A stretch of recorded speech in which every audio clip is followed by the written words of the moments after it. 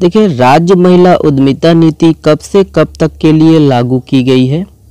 तो यहाँ पर ऑप्शन है, देखिएगा करेक्ट आंसर है ऑप्शन नंबर ए है। ध्यान दीजिएगा 2023 से 28 के लिए, ठीक है, ध्यान दीजिए। चलिए डिटेल से देखिएगा।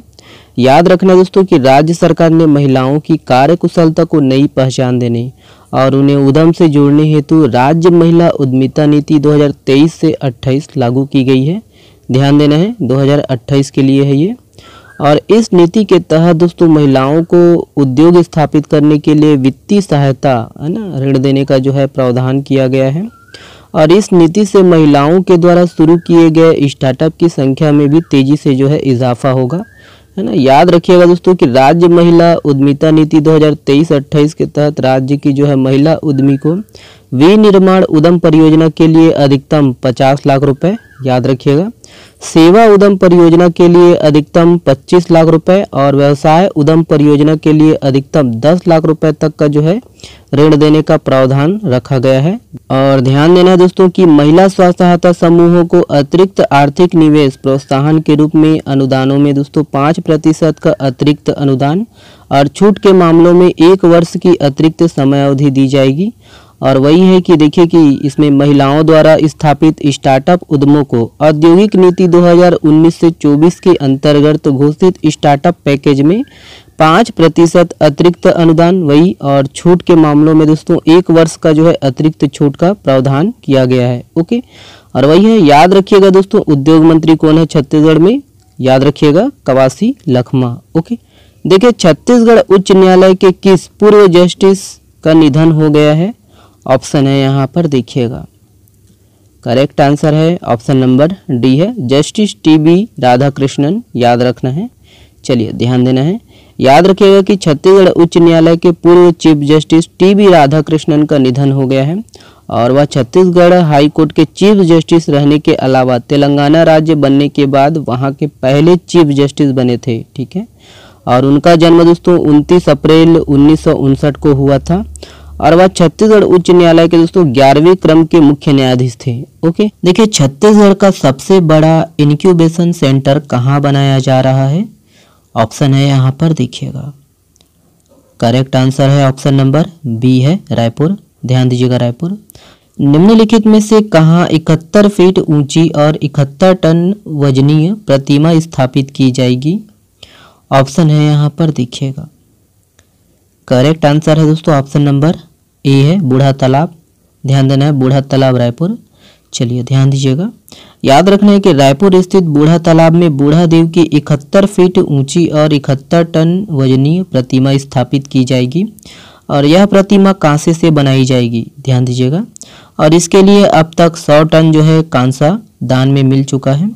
और बूढ़ा देव की जो है प्रतिमा को प्रदेश के पुरखों के प्रति आस्था स्तंभ माना जाता है, जिसे प्रकृति से जोड़कर देखा जाता है। तो ध्यान देना है कहाँ बनाया जा रहा है, ये इंपॉर्टेंट है। अगला प्रश्न देखिएगा, ये है, देखिए छत्तीसगढ़ का पहला डॉग शेल्टर हाउस कहाँ बनाया जाएगा?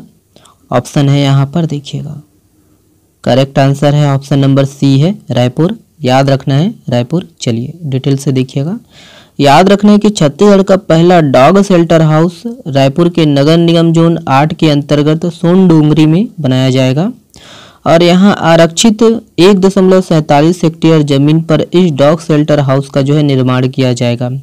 यहाँ पहले चरण में 200, दूसरे चरण में 300 स्ट्रीट डॉग को रखने की जो है व्यवस्था होगी और इसके बाद यहाँ क्षमता बढ़ाकर 500 कुत्तों के जो है पुनर्वास का इंतजाम किया जाएगा। ओके, अगला प्रश्न देखिएगा, ये है, देखिए किस ग्राम पंचायत को राष्ट्रीय स्तर पर दीनदयाल उपाध्याय पंचायत सतत विकास पुरस्कार 2023 से सम्मानित किया गया है? तो यहाँ पर ऑप्शन है, देखिएगा करेक्ट आंसर है ऑप्शन नंबर बी है, सांकरा। याद रखना है सांकरा। तो ध्यान देना है दोस्तों कि धमतरी जिला के नगरी विकास खंड की ग्राम पंचायत सांकरा को राष्ट्रीय स्तर पर दीनदयाल उपाध्याय पंचायत सतत विकास पुरस्कार 2023 से सम्मानित किया गया है। देखिए छत्तीसगढ़ में कौन लगातार 8 घंटे तक तैरकर गोल्डन बुक ऑफ रिकॉर्ड में जो है स्थान बनाया है? तो यहाँ पर ऑप्शन है, देख लीजिएगा। इसका जो सही आंसर है दोस्तों ऑप्शन नंबर बी है, चंद्रकला ओझा जी। ध्यान दीजिएगा इसको। याद रखना है चंद्रकला ओझा जी। चलिए डिटेल से देखिएगा। याद रखना है कि दुर्ग जिले के पुरई गांव की जो है 15 साल की चंद्रकला ओझा का नाम जो है गोल्डन बुक ऑफ रिकॉर्ड में दर्ज किया गया है। हाल ही में चर्चित नारा गांव की पहाड़ी किस जिले में स्थित है? तो पूछ सकता है एग्जाम में। ऑप्शन देख लीजिएगा। सही जो आंसर है दोस्तों ऑप्शन नंबर बी है बालोद। ध्यान दीजिएगा बालोद। तो याद रखना है दोस्तों कि बालोद के जो है गुरूर ब्लॉक के अंतर्गत नारा गांव की पहाड़ी पर सिया देवी का जो है मंदिर स्थित है।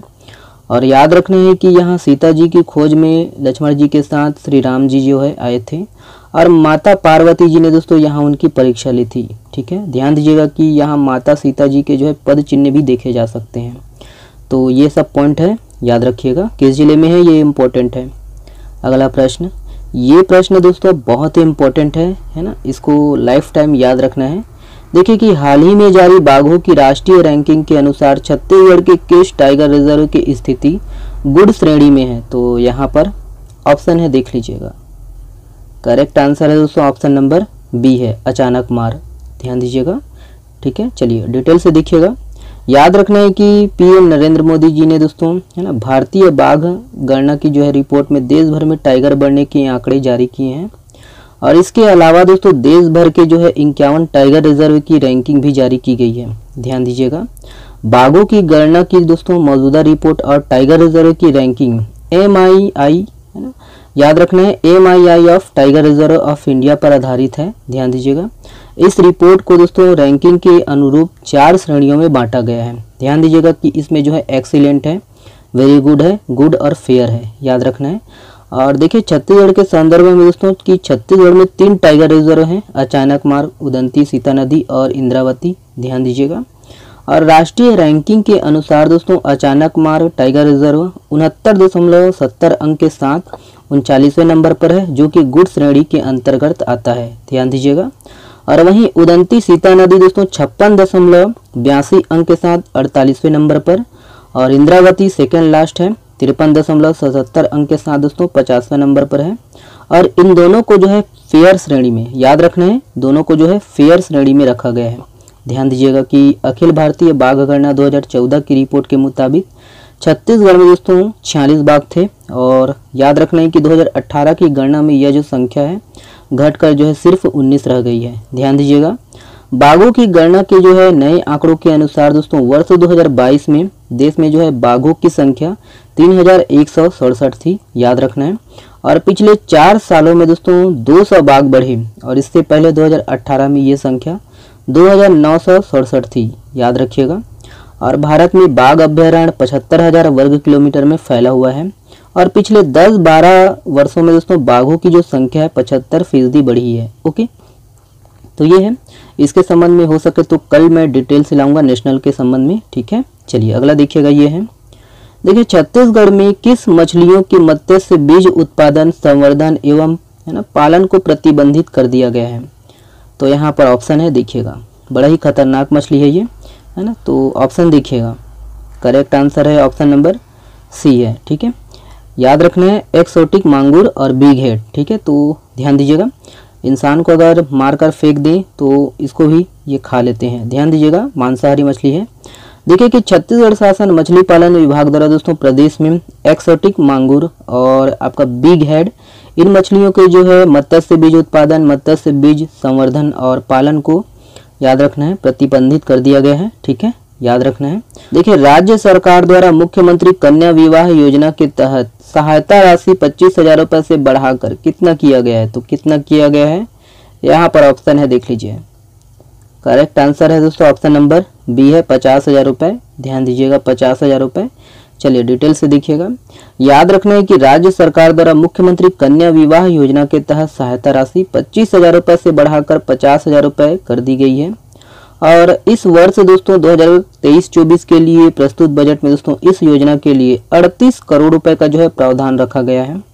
और राज्य सरकार ने दोस्तों इस योजना के तहत राशि में 2 बार वृद्धि की है। वर्ष 2019 में है ना विवाह अंतर्गत दिए जाने वाली जो है अनुदान राशि 15,000 रुपये, इससे बढ़ाकर 25,000 रुपये कर दिया गया था। और ये राशि अब 50,000 रुपये कर दिया गया है। ध्यान दीजिएगा। याद रखना है कि आर्थिक परेशानियों के चलते दोस्तों बेटी का जो है विवाह कठिन हो जाता है और इस परिस्थितियों में राज्य सरकार मुख्यमंत्री कन्या विवाह योजना के तहत बेटियों के विवाह के लिए सहायता करती है। और इस योजना की जो शुरुआत है 2005-6 में की गई थी, ध्यान दीजिएगा। और महिला एवं बाल विकास विभाग द्वारा दोस्तों इस योजना का जो है संचालन किया जा रहा है। ठीक है, देखिए किस पुलिस ट्रेनिंग स्कूल का चयन केंद्रीय गृह मंत्री ट्रॉफी के सम्मान के लिए किया गया है?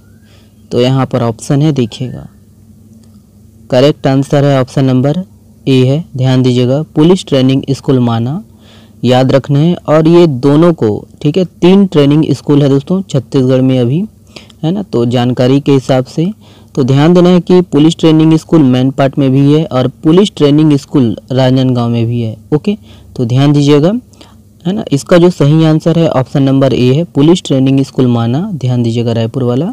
देखिए निम्नलिखित में से किस खेल में 2 निर्णायक होते हैं जिसे सुसीरिया कहा जाता है? तो यहाँ पर ऑप्शन है, देख लीजिएगा करेक्ट आंसर है दोस्तों ऑप्शन नंबर सी है, गिल्ली डंडा। ध्यान दीजिएगा दोस्तों, गिल्ली डंडा। चलिए डिटेल से देखिएगा। ध्यान देना दोस्तों कि यह जो खेल है गिल्ली डंडा, ये दल में खेले जाने वाला खेल है और इसमें दोस्तों प्रत्येक दल में की जो है खिलाड़ी की संख्या कितनी होती है? 5। गिल्ली और डंडा जो है इसकी मूल जो है खेल सामग्री है और इस खेल में दोस्तों प्रत्येक गिल्ली की जो लंबाई है 10.5 सेंटीमीटर होती है और इसमें एक स्पर्धा में जो है 5 नग जो है गिल्ली का उपयोग किया जाता है और इसमें गिल्ली का जो है औसतन वजन, याद रखना है दोस्तों, 50 से 60 ग्राम होता है, ध्यान दीजिएगा। और वहीं डंडा की जो लंबाई है 80 सेंटीमीटर और वजन जो है 400 ग्राम होता है और मैदान का जो आकार है 70 दोस्तों मीटर लंबा व चौड़ा होना अनिवार्य है। वह खेल में 2 निर्णायक होते हैं जिसे सुसीरिया कहा जाता है। ध्यान दीजिएगा दोस्तों, एग्जाम में पूछ सकता है सुसीरिया। निम्नलिखित में से कौन सी राजनीतिक पार्टी ने राष्ट्रीय पार्टी का दर्जा खो दिया है? तो यहाँ पर ऑप्शन है, देखिएगा करेक्ट आंसर है ऑप्शन नंबर डी है, उपरोक्त सभी। ध्यान दीजिएगा दोस्तों, सीपीआई, टीएमसी और एनसीपी, तो ये तीनों पार्टियां हैं जो राष्ट्रीय पार्टी का दर्जा खो दिया है। चलिए डिटेल से देखिएगा।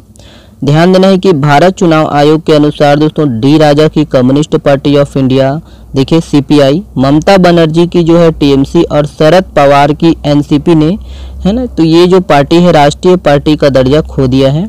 और भारत चुनाव आयोग के अनुसार दोस्तों देश में अब जो है सिर्फ 6 राष्ट्रीय पार्टियां बची है। ध्यान दीजिएगा कि आम आदमी पार्टी आप अब ये एक राष्ट्रीय पार्टी बन गई है और इस पार्टी की जो स्थापना है 2012 में हुई थी, ध्यान दीजिएगा।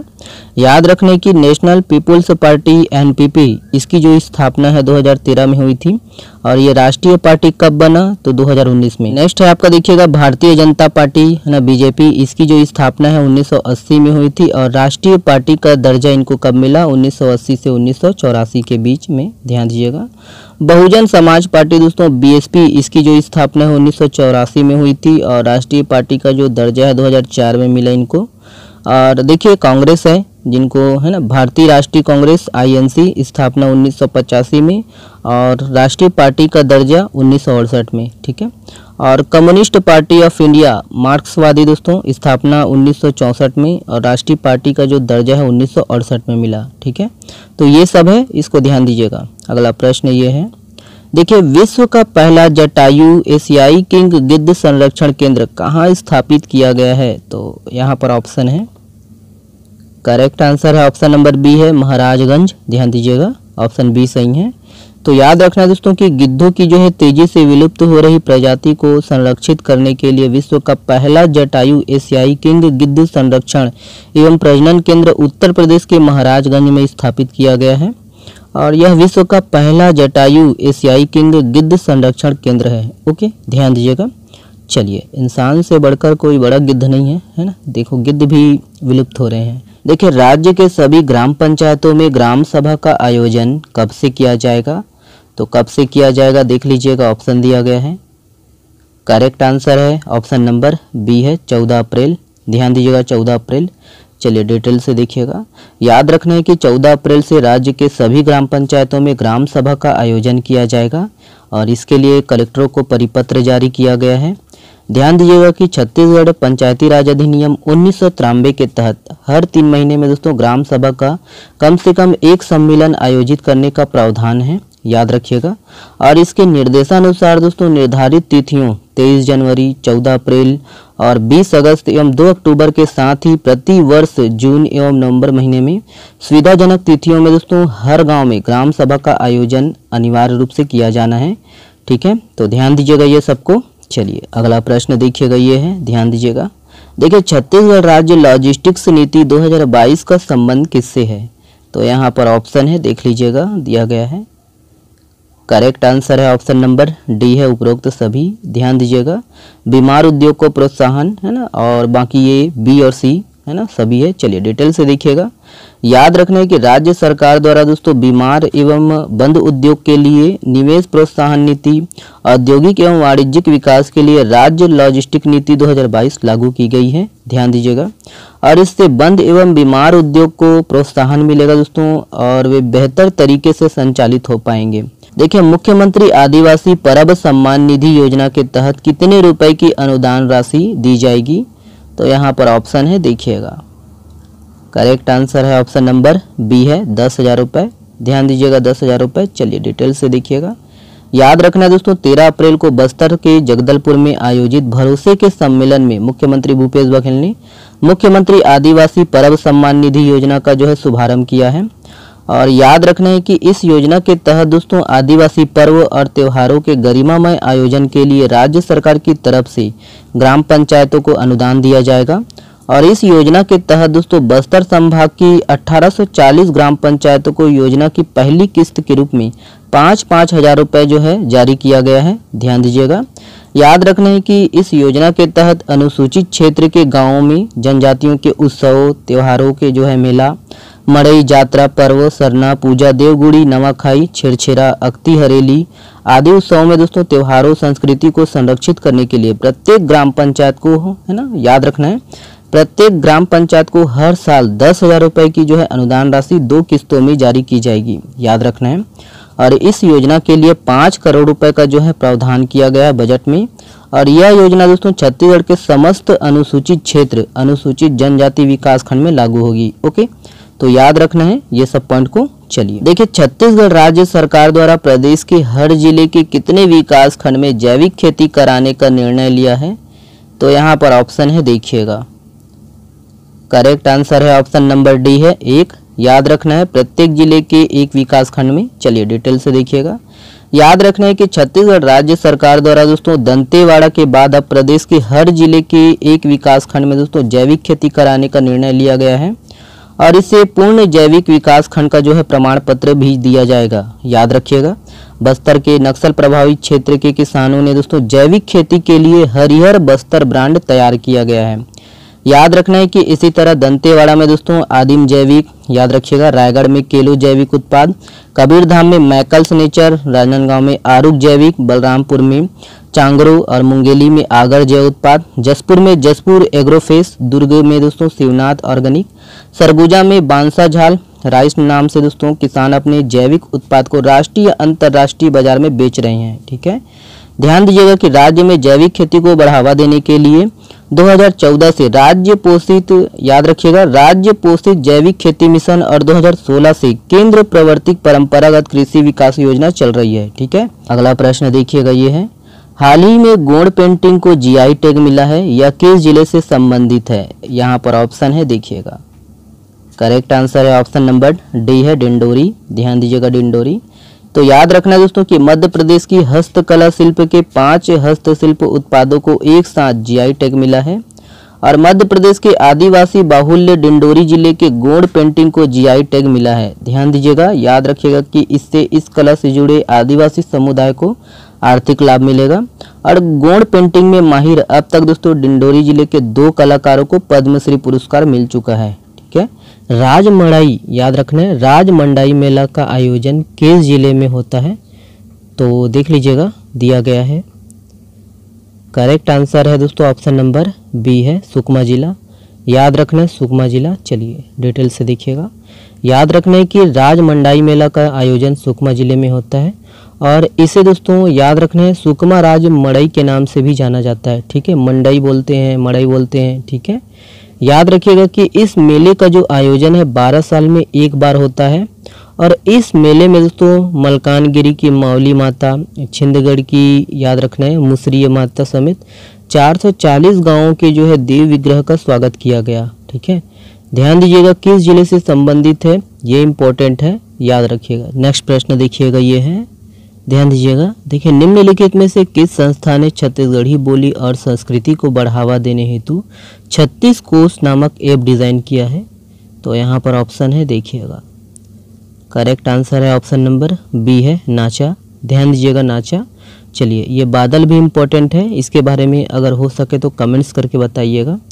तो ध्यान देना है कि नॉर्थ अमेरिका छत्तीसगढ़ एसोसिएशन अर्थात नाचा ने छत्तीसगढ़ी बोली और संस्कृति को बढ़ावा देने की पहल की है और नाचा ने दोस्तों 36 कोश नामक ऐप जो है डिज़ाइन किया है। और इस ऐप के जरिए दोस्तों लोग छत्तीसगढ़ी के शब्दों को अंग्रेजी में और अंग्रेजी के शब्दों को छत्तीसगढ़ी में जो है ट्रांसलेट कर पाएंगे। ध्यान देना है कि इसकी जो है ना शब्द सीमा 25,000 रखी गई है शुरुआत में। देखिए, नारायणपुर में शासकीय आदर्श महिला महाविद्यालय नारायणपुर का नामकरण किसके नाम पर किया जाएगा? तो इम्पोर्टेंट प्रश्न है, देख लीजिएगा, यहाँ दिया गया है। करेक्ट आंसर है ऑप्शन नंबर ए है, वीरांगना रमोतिन माड़िया। ध्यान दीजिएगा, वीरांगना रमोतिन माड़िया। और इसके संबंध में जितना हो सके डिटेल कमेंट्स करके ज़रूर बताइएगा दोस्तों। बहुत सर्च किया हूँ, ये मिला नहीं है। ठीक है, वीरांगना रमोतिन माड़िया कौन थी? देखिएगा इसके संबंध में। देखिए कि मुख्यमंत्री भूपेश बघेल द्वारा दोस्तों जगदलपुर में निम्नलिखित घोषणाएं की। तो देखिए कि बस्तर संभाग मुख्यालय जगदलपुर में दोस्तों इंदिरा गांधी महिला सहकारी बैंक की जो है स्थापना की जाएगी। और नारायणपुर में दोस्तों शासकीय आदर्श महिला महाविद्यालय नारायणपुर का नामकरण वीरांगना रमोतिन माड़िया, याद रखना है, वीरांगना रमोतिन माड़िया शासकीय आदर्श महिला महाविद्यालय नारायणपुर के नाम से किया जाएगा। और वही याद रखना है कि नारायणपुर में जो है ना महाविद्यालय एवं अनुसंधान केंद्र केरलापाल का नामकरण घोटुल के संस्थापक देवलिंगो मुदियाल कृषि महाविद्यालय एवं अनुसंधान केंद्र केरलापाल नारायणपुर के नाम से किया जाएगा। ओके। और दंतेवाड़ा शासकीय नवीन महाविद्यालय कटेक कल्याण का नामकरण हिडमा मांझी शासकीय महाविद्यालय कटेक कल्याण के नाम से किया जाएगा। और वहीं याद रखिएगा दोस्तों कि बीजापुर शासकीय नवीन महाविद्यालय भैरमगढ़ का जो नामकरण है धुरवाराव माड़िया शासकीय महाविद्यालय भैरमगढ़ के नाम से किया जाएगा। ओके, तो इतना कुछ है, ये सब याद रखिएगा। चलिए, देखिए 1906 में पहली महिला Mennonite missionary Miss Annie Clemmer Funk का संबंध किस जिले से है? तो यहाँ पर ऑप्शन है, देखिएगा। करेक्ट आंसर है ऑप्शन नंबर डी है, जांजगीर चांपा। ध्यान दीजिएगा, जांजगीर चांपा। चलिए डिटेल से देखिएगा। याद रखना है कि टाइटैनिक दुर्घटना में मृत्यु हो जाने के बाद मिस एनी क्लेमर फंक की याद में उनके कर्म स्थल जांजगीर में 1915 में बालिकाओं के लिए छात्रावास बनाया गया। और देखिए फंक स्मारकशाला बालिकाओं के लिए खोला गया। ध्यान दीजिएगा, 1906 में दोस्तों पहली महिला मेनोनाइट मिशनरी मिस एनी है ना क्लेमर फंक अमेरिका से जांजगीर आई थी। ठीक है, जांजगीर। और उन्होंने 1907-08 में जांजगीर के भीमा तालाब के पास तत्कालीन अधिवक्ता स्वर्गीय ईश्वरी कश्यप के मकान में बालिकाओं की जो है प्राथमिक शाला शुरू की गई थी उनके द्वारा। और याद रखना है कि यह देश की पहली बालिका शालाओं में से दोस्तों एक प्राथमिक शाला थी। ध्यान दीजिएगा।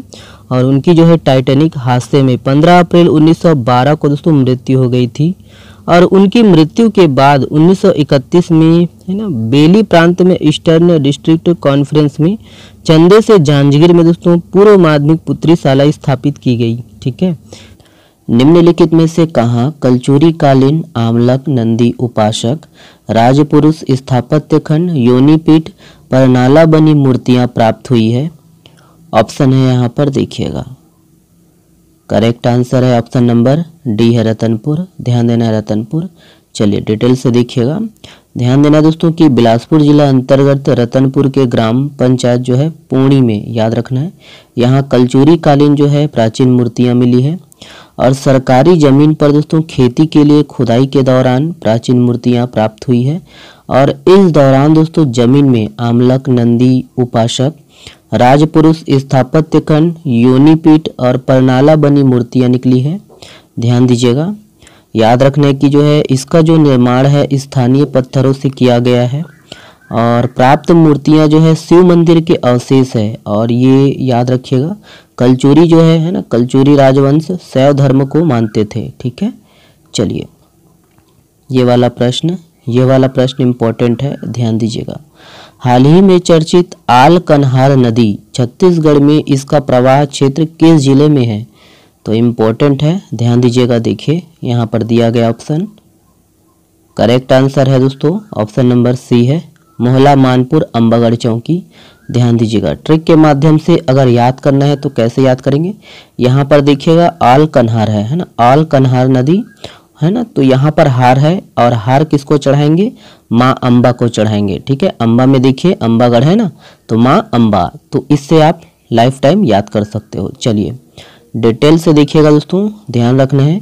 देखिए कि छत्तीसगढ़ में दोस्तों आलकनहार नदी एक ऐसी नदी है जो अपनी इस है ना दिशा के विपरीत मतलब पूर्व से पश्चिम बहती है, ध्यान रखना है।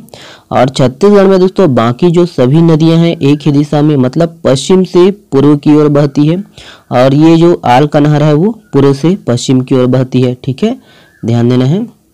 और छत्तीसगढ़ में दोस्तों इस नदी का जो प्रवाह है मोहला मानपुर अंबागढ़ चौकी के औंधी तहसील से होता है, ध्यान दीजिएगा। और इस नदी का जो उद्गम है औंधी तहसील से लगभग है ना 5 किलोमीटर दूर महाराष्ट्र के गढ़चिरौली जिले के कुलभट्टी है ना, याद रखना मुरुम गांव के पहाड़ी से होता है, ध्यान दीजिएगा। और इस नदी का जो है एक किनारा महाराष्ट्र से तो दूसरा किनारा जो है छत्तीसगढ़ की सीमा पर है। और याद रखना है दोस्तों कि यह छत्तीसगढ़ की एकमात्र नदी है जो पूर्व से पश्चिम की दिशा में बहते हुए गढ़चिरौली जिले के मारकंडा देव ग्राम में समाहित होते हुए वेनगंगा नदी में मिलती है, ध्यान दीजिएगा। और इस नदी में दोस्तों आलकनहार से लेकर जामड़ी तक अलग अलग देव स्थान है, याद रखना है। और देवदाहरा जामड़ी में भगवान शिव के मंदिर का जो है निर्माण कराया जा रहा है, इसी कारण दोस्तों ये चर्चा में था। ठीक है, देखिए छत्तीसगढ़ के कोरबा व रायगढ़ जिले में कितने नए कोल खदान को शुरू किया जाएगा? तो ये भी इम्पोर्टेंट है, ध्यान दीजिएगा, इसको भी ऑप्शन है यहाँ पर। करेक्ट आंसर है ऑप्शन नंबर डी है 11, ध्यान दीजिएगा 11। तो याद रखना दोस्तों कि छत्तीसगढ़ के कोरबा व रायगढ़ जिले के दोस्तों है ना जिले में जो है 11 नए कोल खदान को शुरू किया जाएगा और इन खदानों से 30 गांव प्रभावित होंगे, ध्यान दीजिएगा। और कोल मंत्रालय ने इस खदानों को दोस्तों अपनी 7वीं नीलामी सूची में शामिल किया गया है। और इन कोल खदानों में दोस्तों 40 साल तक जो है ना 40 साल तक के लिए जो है कोयले का भंडार है, ध्यान दीजिएगा। याद रखना है दोस्तों कि कोरबा जिले के जो है कोल खदान कौन कौन है देखिएगा, बरपाली है ना, करमी टिकरा, बताती और कोलगा ईस्ट, बताती कोलगा नॉर्थ ईस्ट और जिलगा बरपाली, ध्यान दीजिएगा। और कोरकोमा है। वहीं रायगढ़ जिले के दोस्तों नए कोल खदान गोरही, याद रखिएगा, गोरही महलोई है ना, महलोई अमली डोडा, याद रखिएगा, अच्छा नाम है। और वही है देखिए गोरही महलोई बिजना और जोरबो ईस्ट है, जोरबो वेस्ट है और फतेहपुर साउथ है। और बासिन, याद रखना बासिन है, बासिन फतेहपुर वेस्ट है। ओके, ध्यान दीजिएगा ये सबको। ठीक है, चलिए अगला प्रश्न ये है, देखिए छत्तीसगढ़ का पहला डिजिटल रेडियो स्टेशन का है ना नाम क्या रखा गया है? तो ये भी इम्पोर्टेंट प्रश्न है। छत्तीसगढ़ का पहला डिजिटल रेडियो स्टेशन का नाम क्या रखा गया है? देख लीजिएगा, ऑप्शन है यहाँ पर। करेक्ट आंसर है ऑप्शन नंबर ई है, रेडियो संगवारी, ध्यान दीजिएगा, रेडियो संगवारी। चलिए ध्यान दीजिएगा कि मुख्यमंत्री भूपेश बघेल ने दोस्तों छत्तीसगढ़ का पहला डिजिटल रेडियो स्टेशन रेडियो संगवारी का जो है ना रेडियो संगवारी को लॉन्च किया है। और हमर भाखा हमर गीत पर आधारित है रेडियो संगवारी, ध्यान दीजिएगा। और यही है कि देखिए कि इससे छत्तीसगढ़ की जो है कला और संस्कृति का जो है इससे व्यापक प्रचार प्रसार होगा। और इसे गूगल प्ले स्टोर से दोस्तों रेडियो संगवारी लिखकर इसे डाउनलोड किया जा सकता है। ओके, ध्यान दीजिएगा ये सबको। चलिए, ई ऑक्शन के माध्यम से ग्रेफाइट ब्लॉक की नीलामी में छत्तीसगढ़ देश का कौन सा राज्य बन गया है? तो यहाँ पर ऑप्शन है, देख लीजिए।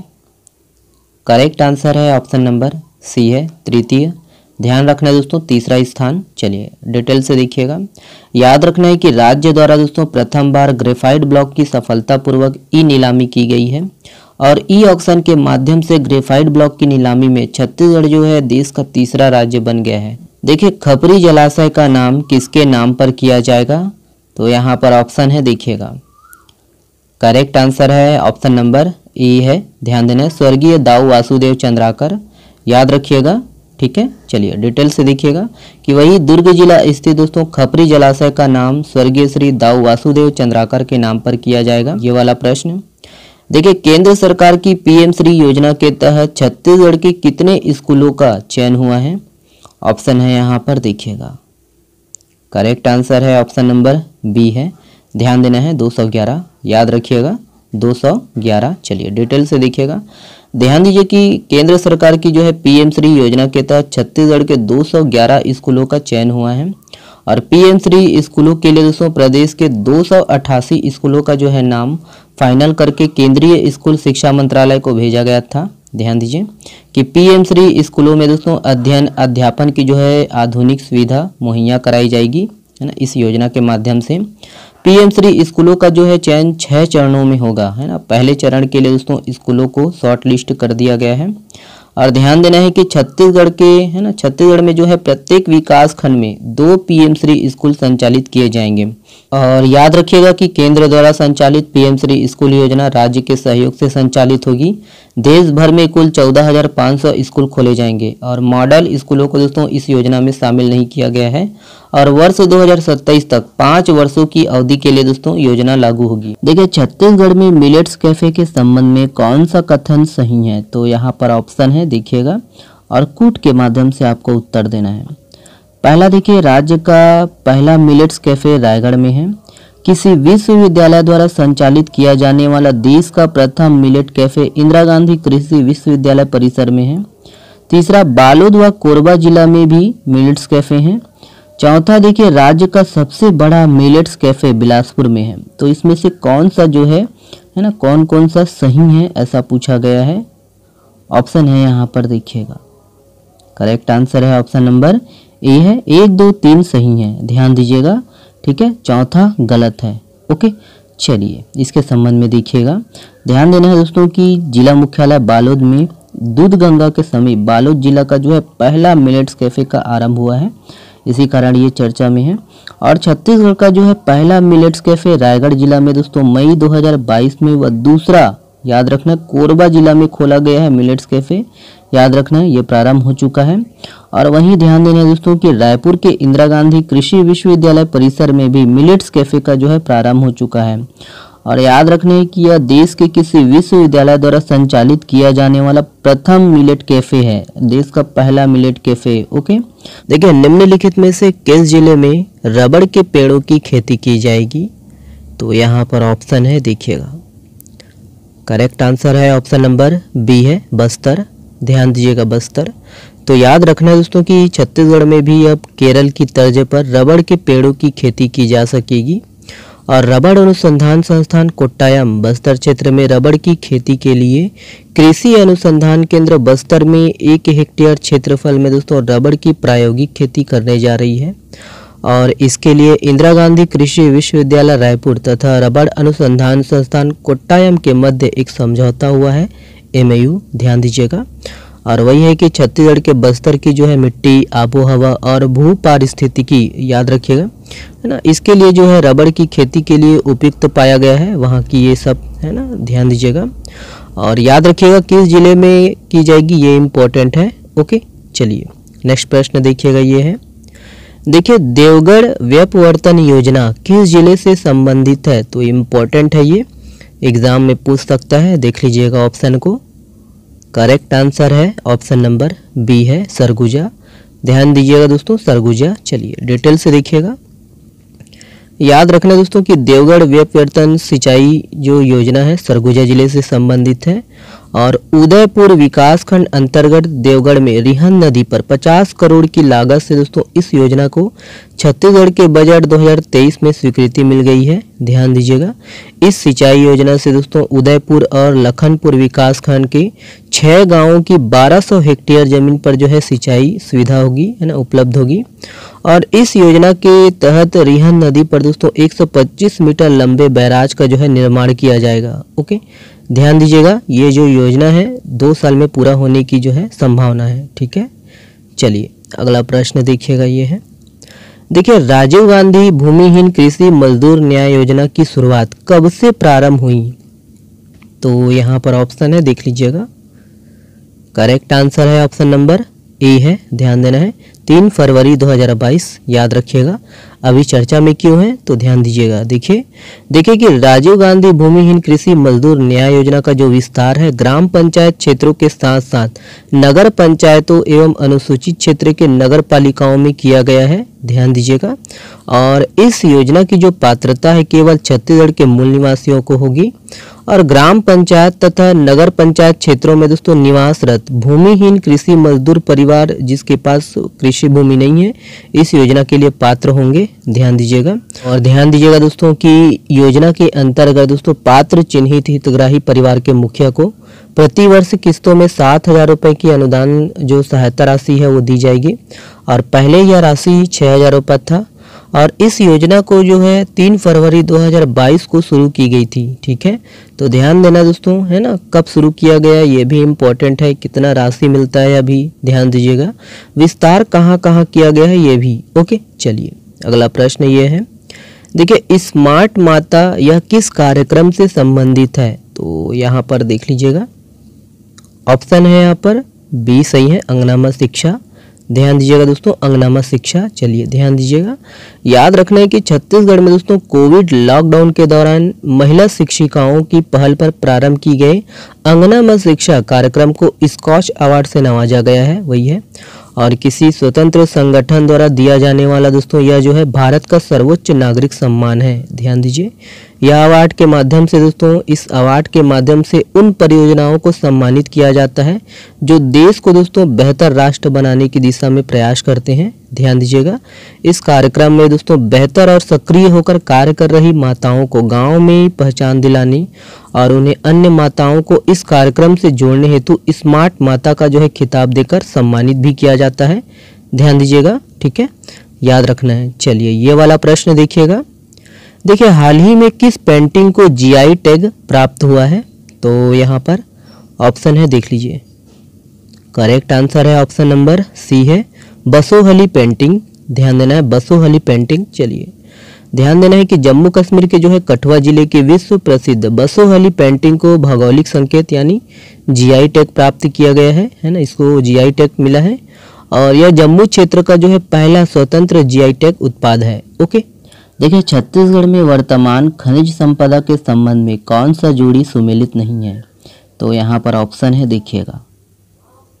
करेक्ट आंसर है ऑप्शन नंबर डी है, ठीक है। लिथियम, कांकेर और धमतरी ये सही सुमेलित नहीं है, ध्यान दीजिएगा।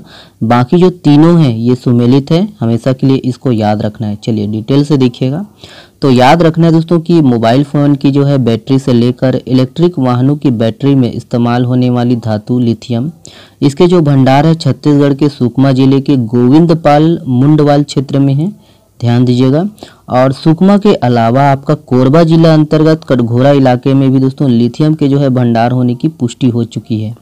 और ध्यान देना है दोस्तों कि बस्तर संभाग में है ना लौह अयस्क का जो है प्रमुख क्षेत्र कौन है, बैलाडीला क्षेत्र है जो कि दंतेवाड़ा जिला के अंतर्गत आता है। वहीं रावघाट, चार गांव है ना और कोंडा पाखा की पहाड़ी जो कि कांकेर जिला के अंतर्गत आता है। और छोटे डोंगर क्षेत्र नारायणपुर ये सब है ना लौह अयस्क क्षेत्र है छत्तीसगढ़ में, ध्यान दीजिएगा।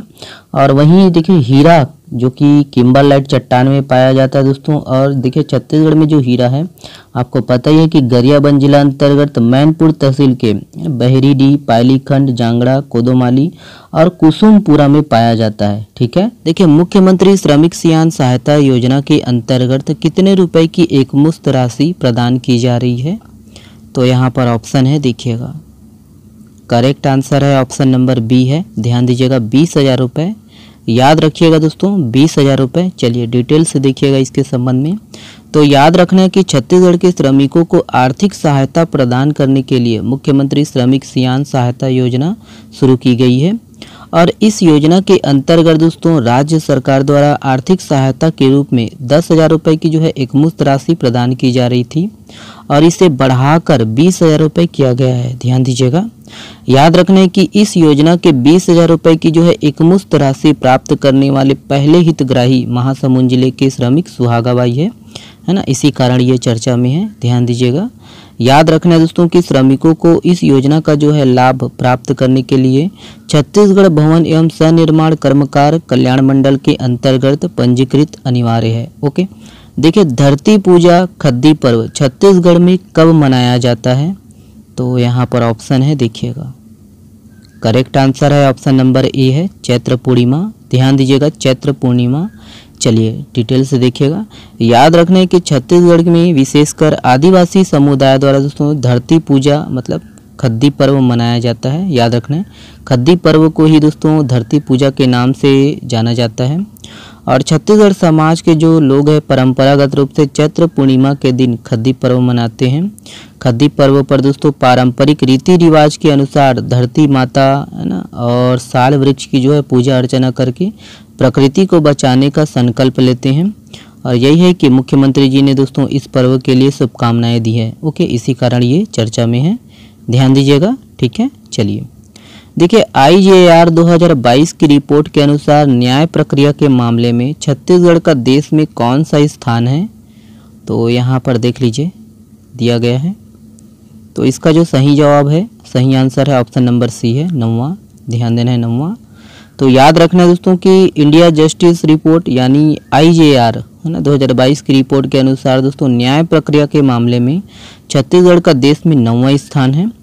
और वहीं कर्नाटक जो है पहले स्थान पर है। और देश के 1 करोड़ से ज़्यादा आबादी वाले 18 राज्यों में छत्तीसगढ़ भी शामिल है, जिसमें छत्तीसगढ़ को दोस्तों 10 में से 5.20 अंक प्राप्त हुए हैं, है ना, मिले हैं।